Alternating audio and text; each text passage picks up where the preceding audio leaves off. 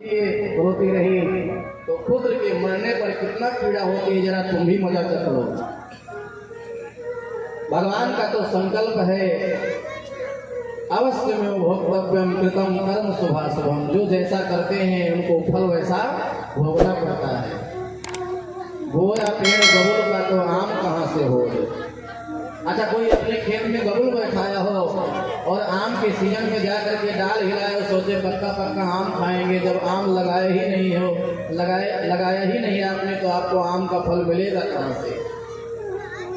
जो जैसा कर्म करते हैं उनको ही भोगना पड़ता है। अवश्य में भोक्तव्यम कृतम कर्म शुभाशुभम। भगवान ना तो किसी को सुख देते हैं ना तो किसी को दुख देते हैं। भगवान हम लोगों के जीवन के कर्मों का हिसाब देते हैं। जो जैसा किया है उसका फल उसको ही भोगना पड़ता है। अच्छा, बहुत लोग कहते हैं महाराज अनजान में जो पाप होता है भगवान क्षमा कर देते हैं, ऐसा आप लोगों ने भी सुना होगा। कई लोग कहते हैं महाराज अनजान का पाप भगवान क्षमा कर देते हैं। अच्छा, अनजान में कोई जहर खा ले तो बच जाएगा ना, अब अनजान में कोई बिजली का तार पकड़ ले तो जवान हो जाएगा,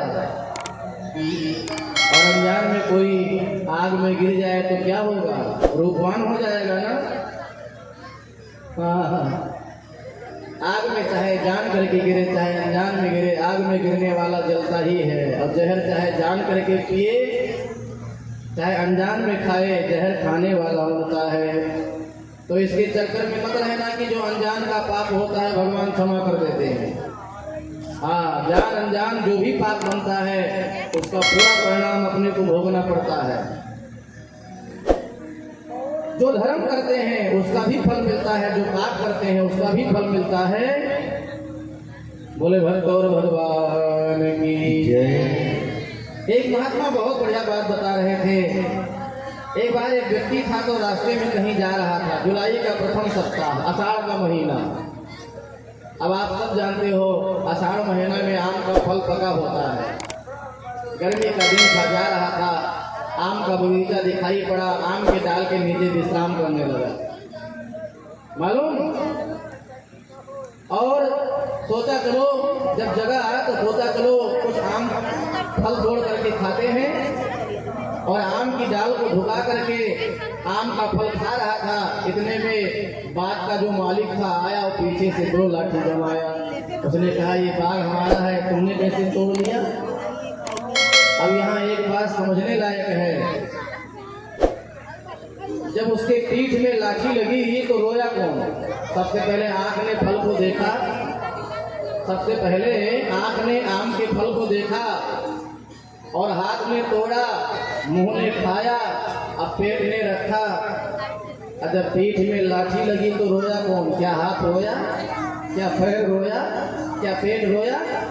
शुरुआत किसने किया था। आंख ने सबसे पहले फल को देखा, हाथ ने तोड़ा, मुंह ने खाया, पेट में रखा। और जब पीठ में लाठी लगी तो ना तो हाथ रोया ना तो पेट रोया। जिसने शुरुआत किया था अंत में रोना भी आंख को ही पड़ा। इसलिए जो जैसा करते हैं भोगना भी उन्हीं को पड़ता है। और आप पूरा महाभारत पढ़ करके देख लेना, द्रौपदी से ही महाभारत का बीज बोया जाता है। और जब द्रौपदी के 5 बच्चे मार डाले जाते हैं सत्यभामा के द्वारा, वहीं से महाभारत का विराम भी होता है, वहीं से महाभारत का अंत भी होता है। रात बीती, सुबह हुआ, जैसे द्रौपदी देखती हैं तो 5 बच्चों के सिर गायब पड़े हैं, 5 बच्चे मरे पड़े हैं, खून से लथपथ बिस्तर है। द्रौपदी कर्ण क्रंदन करने लगी और पृथ्वी पर गिर पड़ती है, रोने लगी अपने पुत्र शोक में। माता शिशूनां निधनं सुतानां निसंविरोध परतप्यमाना तदा रुदद्वास्फलाकुलाक्षी तां संतयन्नाः किरीटमाली। पुत्र शोक में रोने लगी। इतने में पांडव आए, अर्जुन आए। अर्जुन ने कहा दीदी जिसने हमारे 5 बच्चों का हत्या किया है मैं अभी उसको पकड़ के लाता हूँ। भगवान ने रथ तैयार किया, अर्जुन रथ पर बैठ करके पीछा किए। अश्वत्थामा भगा जा रहा था और जब पीछे घूम करके देखा तो अर्जुन लगे थे।